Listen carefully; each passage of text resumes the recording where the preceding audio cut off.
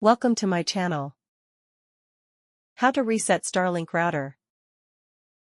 If you forgot your password, do not have the Starlink app, or encounter any issues during setup and cannot connect to Starlink, you can manually factory reset your Starlink router.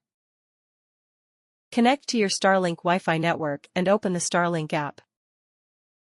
Tap Settings, Router, Factory Reset. Drag the slider to factory reset your Starlink router. Factory reset using the Starlink app is not available if your router is in bypass mode. Default Wi-Fi network name appears as Starlink in device Wi-Fi settings.